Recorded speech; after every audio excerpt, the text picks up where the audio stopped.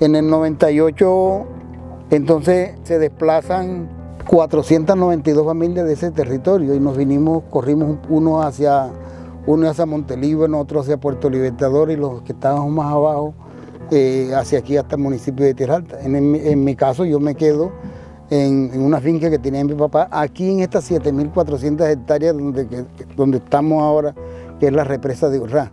Ahí a nosotros nos quemaban las embarcaciones, las autodefensas nos quemaban las embarcaciones para un medio de presionar a los campesinos y a las comunidades indígenas allá. Y en esas nos quemaron 14 embarcaciones, nos asesinaban también algunos socios de la cooperativa que estaban haciendo en esos momentos. Al primer gerente de la empresa fue asesinado por la autodefensa. Urrá utilizó ese mecanismo, digo yo, con las autodefensas y se desplazó todas esas personas que vivíamos en esos dos territorios de Triángulo y Bota. Y aquí se les fue pagando las mejoras a esos campesinos a como ellos quisieron, porque no se hizo un estudio bueno, hicieron un estudio pero amañado, digámoslo de esa manera, amañado de cuánto valía cada producto. La tierra a algunas personas le salía 40.000 pesos por hectárea. Hubieron personas que le daban 180.000 pesos, no le alcanzaba ni para un mes de arriendo acá en el casco urbano. En ese orden de ideas, de esa manera salimos todas esas familias que vivíamos en ese territorio. Y lo peor que nos sucedió a nosotros fue que cuando llegamos acá, al casco urbano, a hacer las declaraciones ante el Ministerio Público, que son las personerías, el personero de la época era paramilitar.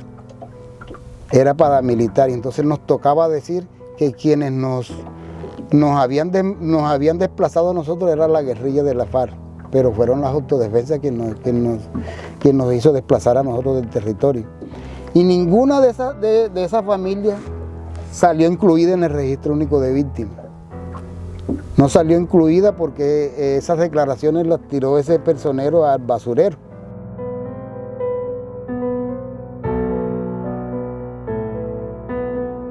Recuerdo que para la ampliación de resguardo indígena que hay acá, algunos líderes decían que no salían de su tierra si no los reubicaban por fuera de esa área. A esos líderes los perseguía la autodefensa en complicidad con el mismo ejército. Entonces era muy difícil porque aquí las autodefensas operaban con la fuerza del Estado en conjunto. Entonces ya uno no se atrevía ni a quién decirle. Aquí en Córdoba, la defensora del pueblo del momento era paramilitar, reconocido por el mismo Salvatore Mancuso. Entonces fíjese de qué manera podíamos nosotros tener confianza en la institucionalidad, la que supuestamente nos iba a defender a nosotros. Era muy difícil, así de esa manera era muy difícil.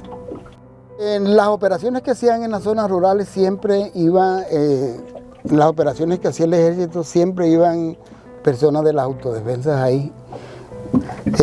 Recuerdo que cuando asesinaron a mi suegro, era una operación del ejército. Y sin embargo, allí iban desmovilizados del EPL en su momento, que ya venían siendo ya paramilitares. Entonces, la conclusión es que el ejército siempre trabajó en mutuo acuerdo con la fuerza pública, con la autodefensa, perdón.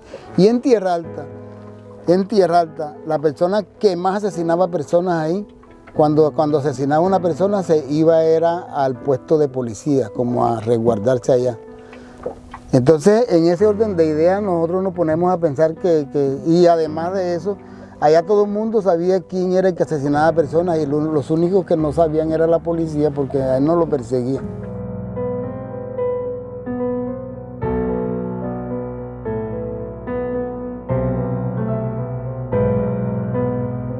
Por lo regular, todos los comandantes de policía que estaban aquí en Córdoba, pues trabajaban con ellos, para nadie es un secreto. Más que todo, el trabajo era como trabajo de inteligencia, de coordinación de operaciones.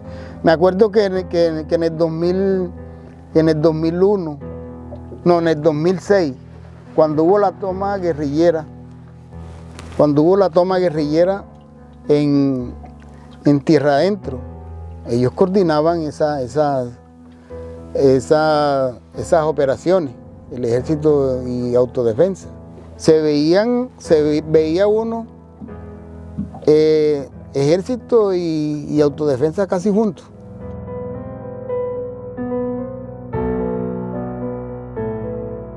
Lo que conocí de Mancuso anteriormente como ganadero era que él incluso patrocinaba equipos de béisbol, cosa que ni siquiera los municipios lo hacían como lo hacían ellos, como ganaderos. Entonces era una persona que se rodeaba con la gente del común, una persona que nadie le tenía miedo, sino una persona agradable para tratar con él.